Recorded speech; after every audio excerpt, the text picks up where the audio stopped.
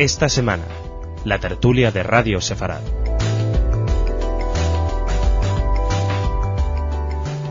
Preparando el programa de hoy, intentando poner en orden las cosas sucedidas durante la semana para poder hablar de ellas, resulta imposible separar las unas de las otras. Supongo que esto es contra la consabida globalización. Todos los temas aparecen interrelacionados, y más en Oriente Medio, que es de lo que vamos a hablar. Para ello tenemos con nosotros a Florentino Portero, analista del Grupo Estudios Estratégicos, analista del ABC, también de Libertad Digital. Florentino, muchas gracias por venir. Encantado, Masha. Un placer tenerte. Y tenemos también a Jorge Aspizúa, que también analista de defensa y analista ya casi oficial de Radio Sefarad. ¿Cómo estás, Jorge?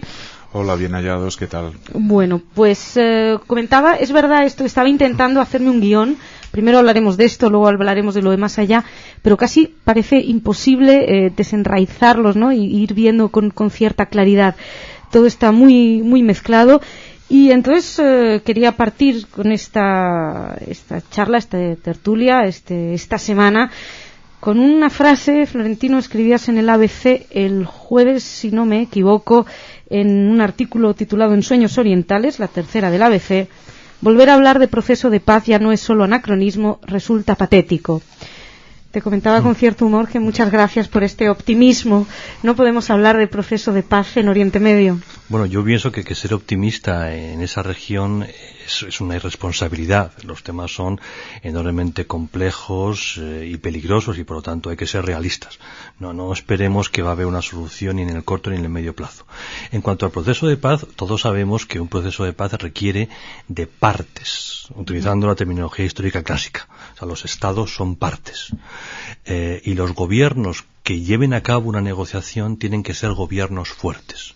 Por lo menos tiene que haber, en el caso de Israel-Palestina, 3 gobiernos muy fuertes: el israelí, el palestino y el norteamericano. En estos momentos el gobierno israelí está a la espera de un informe que pueda acabar con él, y la popularidad del señor Olmert es la más baja recordada en tiempos.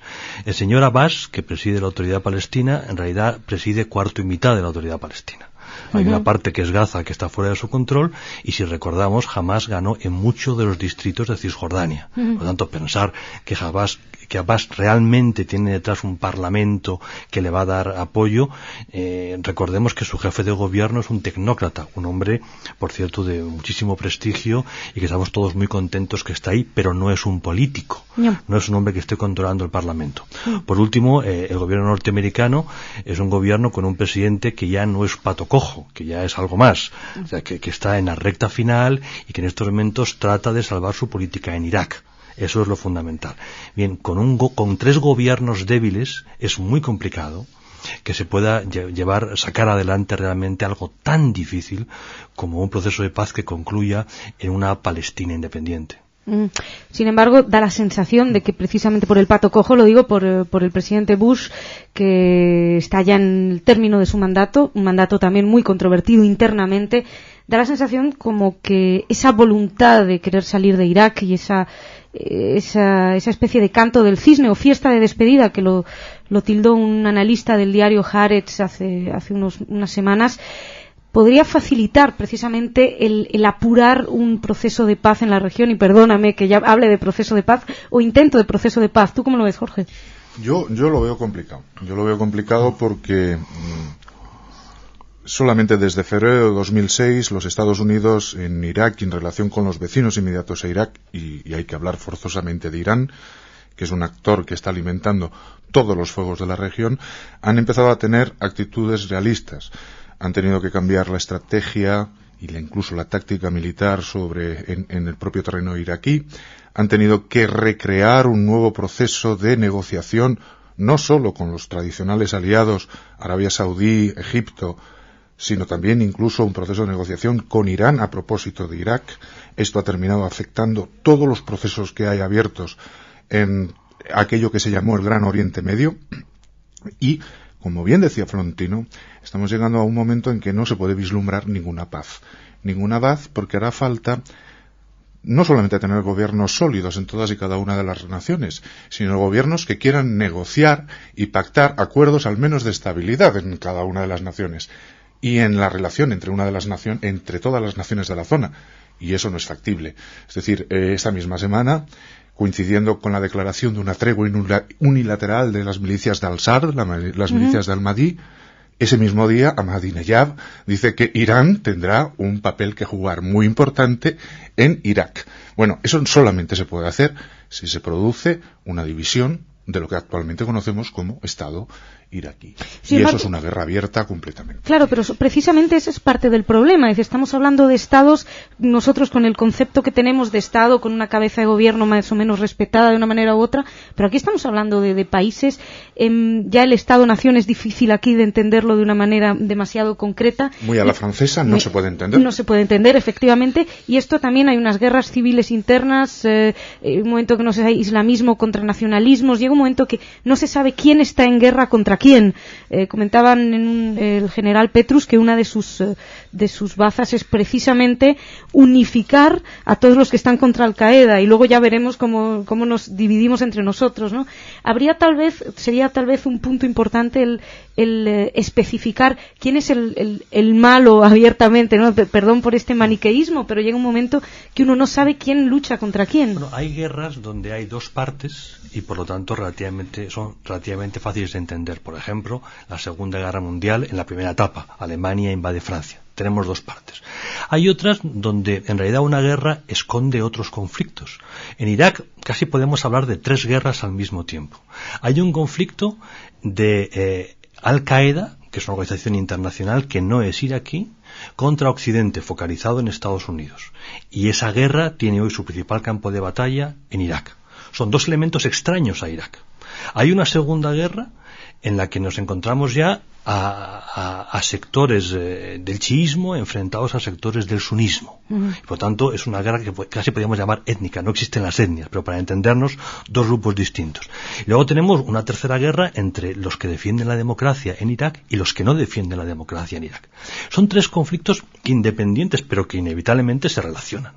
Tienen cada uno su lógica propia, pero uno afecta al otro. Y eso hace enormemente difícil a las partes, y fundamentalmente al pobre general Petraeus, que es el que tiene que llevar el ritmo del conflicto, el definir exactamente cuál es el paso más apropiado. Porque no es solo un conflicto, y no es tan fácil de entender.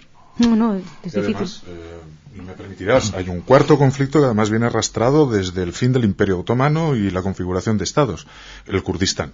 Sí, claro. Es decir, el otro día la reunión de notables que el gobierno de Maliki organizó con pleno apoyo del gobierno americano para conseguir que los notables chiíes, suníes y kurdos dijeran, bueno, vamos a continuar intentando hacer el esfuerzo.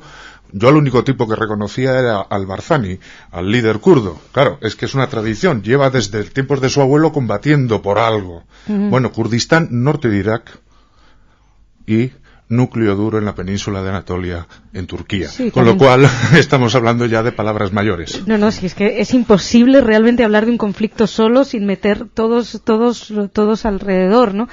Precisamente hablas de reuniones hace unas 2 semanas o 3 semanas, creo que hubo también una en Irak, los jefes pastunes, también afganos que se habían reunido ahí ¿fue en Irak o en Afganistán? En Kabul. En presencia de los presidentes de Afganistán y de Pakistán. Y de Pakistán, sí.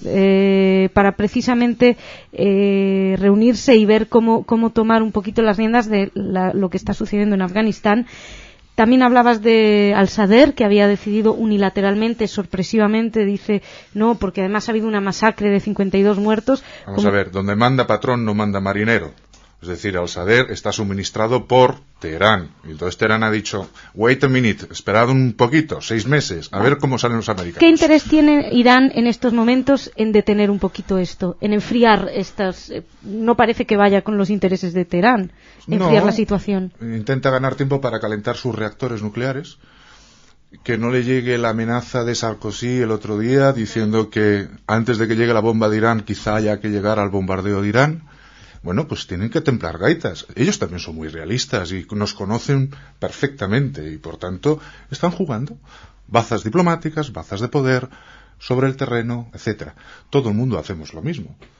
Lo que pasa es que, como seguro Florentino estará de acuerdo conmigo, lo que hay que favorecer es alianza entre democracias. Y para que esas alianzas existan, tienen que haber democracias. Vale. Gracias. Vamos a poner que nosotros somos esas democracias. Entendámonos como democracias, Florentino. Dice Jorge que nos conocen muy bien, que les interesa poner a prueba un poquito más de tiempo, ganar tiempo. ¿Y cuál va a ser nuestra reacción? Nuestra, la española, nuestra europea, occidental, democracias, el mundo. Oye, el mundo la del occidental. Vaticano no la pierdas. No, el Vaticano no entremos en el Vaticano, es un por actor favor. importante. Europa tiene las ideas relativamente claras, sobre todo tiene muy claro cuáles son sus márgenes de acción. Europa es una zona del mundo que ha avanzado mucho institucionalmente hacia la unificación, pero en ese avance se ha dejado atrás lo que tiene que ver con política de exterior, política de seguridad, política de defensa. Todo eso está en una fase muy temprana. Por lo tanto, no tenemos un marco institucional los europeos para de verdad tomar decisiones. A eso se suman dos hechos muy importantes, o un hecho doble importante, y es que 2 europeos son miembros del Consejo de Seguridad con sillón permanente y derecho de veto. Eso quiere decir que el Reino Unido y Francia, sobre cada tema relevante que ocurre en el mundo, tiene que tomar posición. Y lo hace antes de hablar con los europeos. Lo hace desde la propia visión de los intereses del Reino Unido y de Francia, como es normal. Por lo tanto, no pensemos que Europa como institución, como tal, va a tomar una posición. Y sobre todo, no pensemos que sea relevante, porque muchos estados europeos tienen una tradición aislacionista, neutralista, pacifista, que va a bloquear cualquier paso relevante de Europa. Si europeos adoptan posiciones firmes, serán a título nacional. Es decir, el Reino Unido y Francia pueden adoptar posiciones firmes. Sarkozy, recientemente, presidente de Francia, ha hecho unas declaraciones rotundas. A la hora de la verdad, el día en que Irán cierre su programa nuclear y tenga, además, un ingenio nuclear que pueda ser utilizado militarmente, es decir, tenga un misil con una cabeza nuclear, habrá que ver hasta qué punto el Reino Unido y Francia son capaces de ir más allá de las palabras fuertes. En mi opinión personal, no harán nada. Yo creo que los europeos no vamos a hacer nada y que estamos ya mentalizados para asumir que el régimen de no proliferación nuclear se ha venido abajo, que entramos en un mundo, el mundo de la posguerra fría, que es un mundo donde muchos países van a tener ingenios nucleares y que, por lo tanto, durante el próximo cuarto o mitad de siglo podemos ver de nuevo conflictos que impliquen el uso de armas nucleares no de gran dimensión como las que pueden tener Rusia o Estados Unidos, pero sí de pequeño. Eso es un escenario dantesco y es horrible, pero hagámonos a la idea de que vamos ahí, porque si Irán sigue adelante y sigue, otros países vecinos se van a sentir en la necesidad de tomar medidas. Ya Egipto ha dicho que ellos también. Y todo el mundo lo entiende, porque si yo fuese egipcio no me quedaría de brazos cruzados. Los saudíes no pueden quedarse de brazos cruzados cuando sus rivales religiosos, desde el chiismo, demandan el liderazgo del Islam y lo hacen con misiles con cabeza nuclear. Turquía no puede quedarse de brazos cruzados. No digamos ya Israel. Por lo tanto, pensemos que... Y acerquémonos más cerca, es decir, Argelia y Marruecos también han declarado su voluntad de hacer programas de energía con fines nuclear, civiles. Con fines civiles. Sí. Y luego siempre hablamos de lo nuclear, pero lo biológico, lo químico y una derivada de una nuclear, que es lo radiológico, está fuera de control. Sí, sí. No, y sobre todo lo que da más miedo es viendo lo que son los grupos terroristas y en ciertos países que patrocinan directamente los grupos terroristas. Estoy pensando en concreto en Irán, es decir, que no creo que tuvieran ningún problema en pasarle un... Lo interesante, Masi, perdona que te interrumpa, es que esto que estamos diciendo aquí está sobre la mesa de todas las cancillerías europeas y no estamos diciendo nada raro. Cuando hablamos con gente que está en la administración en los países vecinos, todos ellos dicen, no, somos perfectamente conscientes de ellos. Pero nuestra población, nuestros parlamentos, en este contexto histórico, en estas circunstancias, no están dispuestos a ir más allá.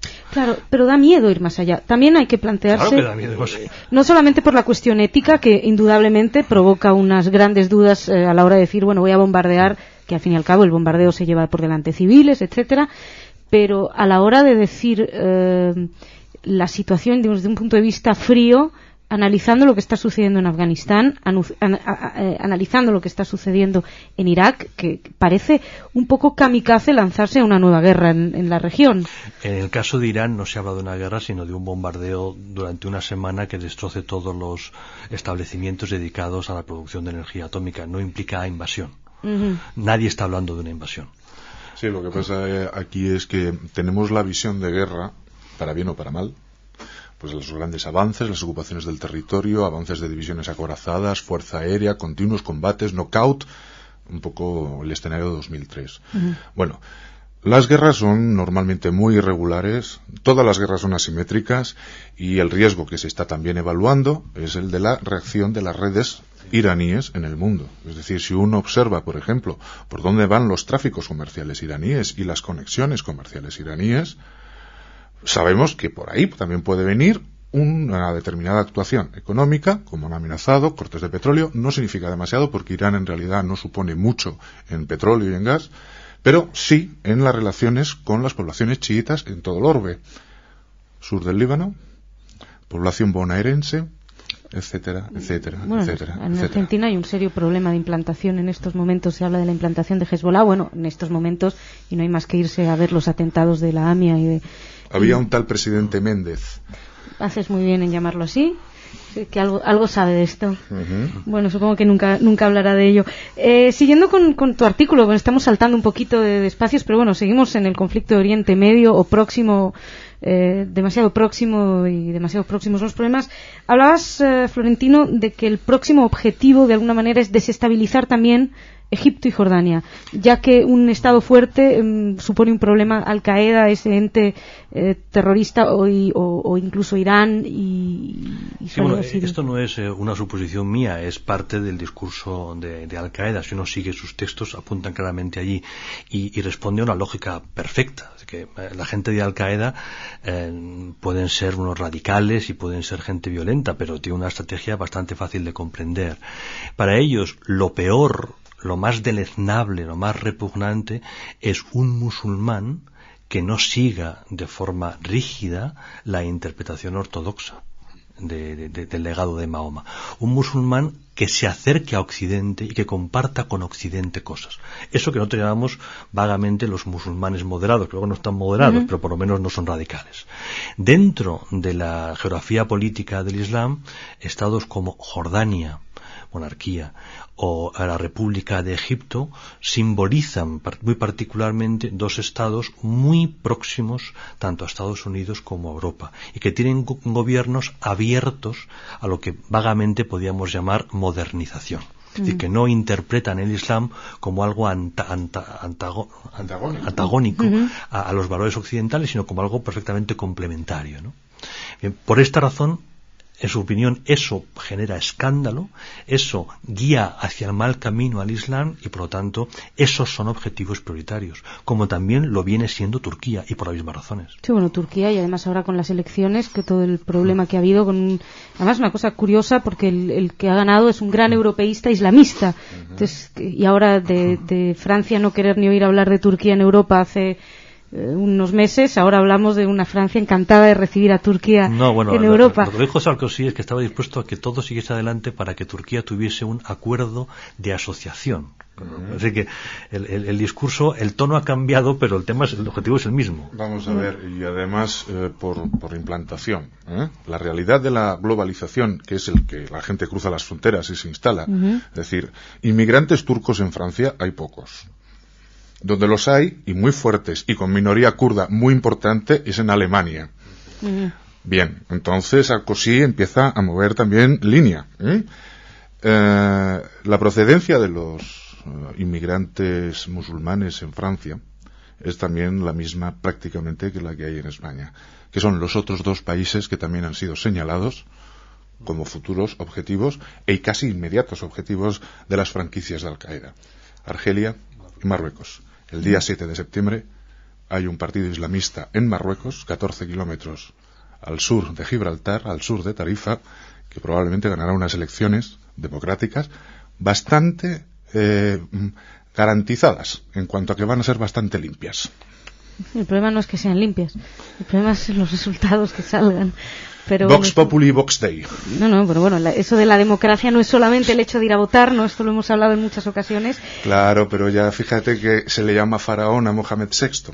¿Ah, sí? Sí, y el faraón, en el término islamista, es el gran pecador, el gran traidor, en el sentido en el que hablaba Florentino, y di que sí, y no solamente asientas, Florentino, por Dios. Está diciendo que sí, está sintiendo. Entonces, bueno, ante la amenaza que se cierne, esto que parece un polvorín a punto de estallar, cada vez más complejo, no conviene, entonces, ya poniendo la lupa o haciendo zoom sobre Israel y Palestina, parece que es del interés de todos, absolutamente de todos los occidentales y los palestinos y los países moderados, árabes moderados, de llegar a un acuerdo de paz ya, lo antes posible, de manera a poder reforzar la misma Palestina y evitar una infiltración mayor de Al-Qaeda y de los grupos que curiosamente son amigos, como Hamas, que no se entiende muy bien porque son objetivos distintos los que tienen. Hace muchos años que repetimos esto, porque hace muchos años resulta evidente que es muy urgente resolver ese conflicto, y no solo por razones de orden estratégico, sino por el sufrimiento de miles de familias que viven en un estado terrible, ¿no? En un lado y en otro.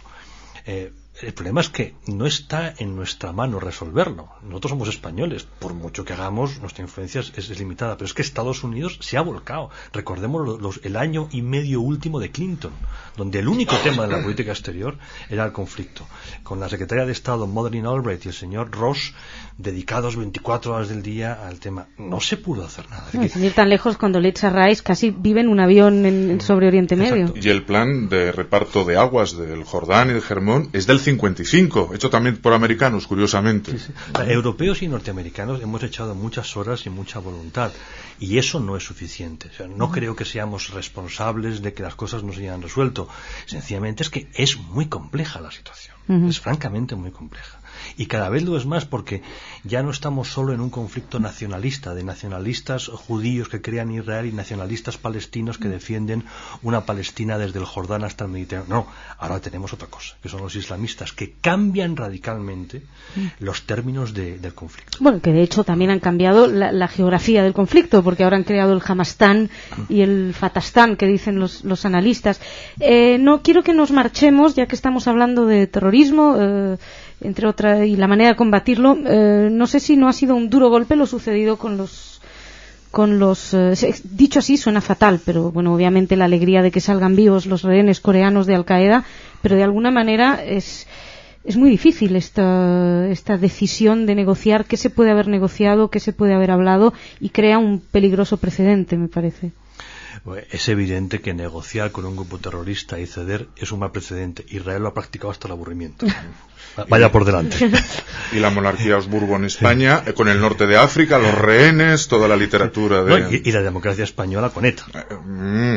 Unos y otros. Sí, no estoy... Censura, no va, quedémonos en Oriente Medio, por favor. Oye, vaya por delante que no estaba pensando en este gobierno, sino en épocas sobre todo en la época de la OCDE, que es cuando más se negoció. Cuando negociamos con rehenes. Con rehenes de por medio, clarísimo. Me refería al caso de rehenes y no es momento de entrar en otras polémicas, ¿no? Eso es así. Y evidentemente en esa negociación quien ha salido ganador son los islamistas, son los talibanes, no hay vuelta de hoja. Es un regalo. ¿Qué margen tenía el gobierno de Corea del Sur? Complicado, lo tenía muy complicado, pero ahí Corea del Sur ha cedido y los talibanes han ganado imagen. Y el golpe más duro tiene un componente religioso. Los sudcoreanos que han sido tomados como rehenes son sudcoreanos extremadamente occidentalizados, porque son de religión protestante. Son cristianos protestantes. Y eso... Ya. Bueno, para despedirnos, también rehenes liberados, las enfermeras búlgaras hace ya casi un mes. Sarkozy, que viaja ahí, la mujer de Sarkozy, Cecilia. En épocas no tan lejanas y con las enfermeras negociando contratos de Repsol en la zona de Kufra. Bueno, maravilloso. La pregunta más allá de todo esto, Gaddafi ahora es bueno, lo queremos mucho, ¿Podemos soñar que dentro de unos años Ahmadinejad será igual de bueno y irá con gafas así oscuras y estas maneras de vestirse? ¿Y quién te dice que no han dado por Madrid con gafas oscuras? Hay una diferencia entre los dos, y es que Ahmadinejad tiene que presentarse a elecciones y Gaddafi no. Gaddafi ha tenido un largo recorrido y finalmente su enfrentamiento con los saudíes le ha empujado, le ha llevado a acercarse a nosotros. Pero no es que Gaddafi haya evolucionado mucho. En cualquier caso, está en el lado bueno. Ahmadinejad, yo me imagino que es una figura política de corto recorrido, o sea que más tarde o más temprano va a ser suplantado por otro. Lo fundamental en Irán no es Ahmadinejad, que no deja de ser un personaje un tanto cómico, por cierto, muy útil para Estados Unidos. El poder real lo tienen los viejos ayatolas.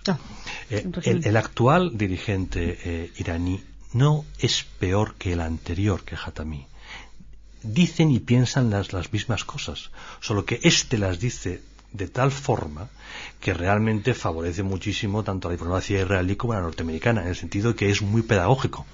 Muestra a los europeos la gravedad de la amenaza iraní. Pero Khatami no era muy distinto, solo que Khatami cuidaba mucho más las formas, cuidaba mucho el qué piensan fuera de nosotros y mantenía un discurso que le hacía muy atractivo. No, y vestía mucho mejor, parecía más aseado, pero siempre está detrás la Guardia Revolucionaria Pasdaran, que además no solo está en Irán. No, evidentemente está en el Líbano y está en Irak ahora, en Irán, sí, pero en Irak. Y jugando un papel además muy relevante. Fueron los que secuestraron a los soldados norteamericanos en su momento, que sí estaban en tierras iraquíes o iraníes. Guardia Revolucionaria, que no hay que olvidar, está el proyecto de que pasen a formar parte de los grupos terroristas del listado de los Estados Unidos, como Hamas, como Hezbollah. Casi no se diferencian en nada de los grupos de asalto y de las SS. Bueno. Incluso en el aparato tecnológico, económico, festivo. Bueno, pues vamos a dejarlo ahí. Yo quería terminar con algo más de optimismo, que íbamos a ver a Ahmadinejad en el lado de los buenos. Parece que no es el momento. Habrá que esperar. Florentino Portero, Jorge Aspizúa, mil gracias. Gracias a ti. Que tengáis un excelente fin de semana. Shabbat Shalom. Ustedes también muchas gracias por estar aquí en esta semana. Sigan la semana que viene.